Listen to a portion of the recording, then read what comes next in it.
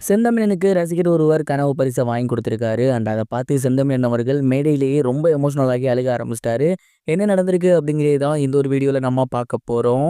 சரிகமப நிகழ்ச்சியோட grand finale சமீபத்தில நடந்து முடிஞ்சிருக்கு. அண்ட் இந்த ஒரு ஃபைனல்ல பார்த்தீங்கன்னா, சுஷாந்திகா ஃபர்ஸ்ட் பிரைஸ் வந்திருந்தாங்க. சபேசன் அவர்கள் செகண்ட் பிரைஸ், செந்தமிழன் அவர்கள் தேர்ட் பிரைஸ் வந்திருந்தாரு. செந்தமிழன் அவர்களுக்கு கிட்டத்தட்ட ரூ. 3,00,000 பரிசு தொகையா குடுத்திருந்தாங்க.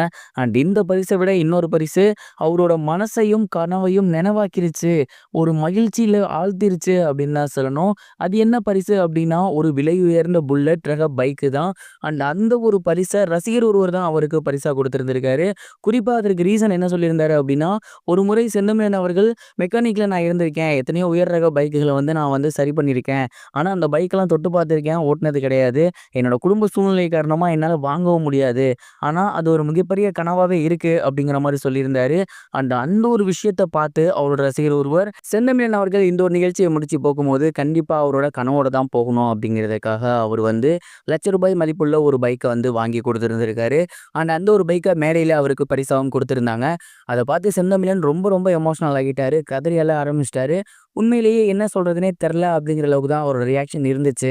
இது எல்லாத்தையும் தாண்டி ஒரு ரசிகர் தான் இத உங்களுக்கு வாங்கி குடுத்திருக்காரு அப்படின்னு சொன்னதுக்கப்புறம் அவரு உண்மையிலேயே அழத் தொடங்கிட்டாரு. அண்ட் ரொம்ப எமோஷனல் ஆகி, இதற்கு நான் எந்த அளவுக்கு பாக்கியம் பண்ணியிருக்கேன்னு தெரியல. இவ்வளோ அன்பு, இவ்வளோ ரசிகர்கள் எனக்கு கிடைச்சிருக்காங்க.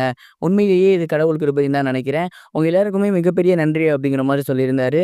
அண்ட் அதுக்கப்புறம் மேடையிலேயே எவ்வளோ நாள் இந்த பைக்லாம் நான் தொட்டு பார்த்துருக்கேன், சரி பண்ணியிருக்கேன். ஆனா இன்னைக்கு இந்த பைக் என்னோடது. இதுல இனிமேல் நான் சவாரி பண்ண போறேன் அப்படின்னு நினைக்கும்போதே ரொம்ப ரொம்ப எமோஷனலா இருக்கு அப்படிங்கிற மாரியும் சொல்லியிருந்தாரு. அத பார்க்கும்போது நமக்கும் ரொம்ப ரொம்ப எமோஷனலா இருந்துச்சு. எங்கேயோ அடிமட்டத்தில அவரோட ஜர்னி ஸ்டார்ட் ஆனுச்சு. ஆனா இன்னைக்கு தமிழ் மக்கள் எல்லாருக்குமே தெரியிற அளவுக்கு அவரு வளர்ந்திருக்காரு. மிகப்பெரிய ஒரு சிங்கரா இதே மாரி மாறுனா ரொம்பவே சூப்பரா இருக்கும்னு நான் நினைக்கிறேன். நீங்க இத பத்தி என்ன நினைக்கிறீங்க? கமெண்ட் பாக்ஸ்ல மறக்காம ஷேர் பண்ணுங்க.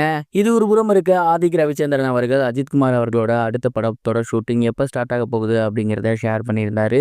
குட் பேட் அக்லி அப்படிங்கிற படத்தின் மூலியமா அஜித்குமாரும் ஆதிக் ரவிச்சந்திரன் அவர்களும் கூட்டணி வச்சிருந்தாங்க. அந்த ஒரு படம் ரசிகர்கள் மத்தியிலே மிகப்பெரிய ஒரு வரவேற்பு பெற்றிருந்துச்சு. குட் பேட் அக்லியை தொடர்ந்து மீண்டும் ஒரு முறை அஜித்குமார் அவர்கள், ஆதிக் ரவிச்சந்திரன் அவர்களும் கூட்டணி வைக்க போறாங்க அப்படிங்கிற தகவல் வெளியாகி இருந்துச்சு. மைத்ரீஸ் மூவிஸ் தான் இந்த ஒரு படத்தை தயாரிக்கிறதாகவும் இருந்துச்சு. பட் இந்த படத்தோட ஷூட்டிங் அப்படிங்கிறது ரொம்ப ரொம்ப டிலே ஆகிட்டே இருக்கு. அண்ட் இதனால படம் டிராப் ஆகிடுச்சோ அப்படிங்கிற மாதிரியான கேள்விகள் இருந்துச்சு.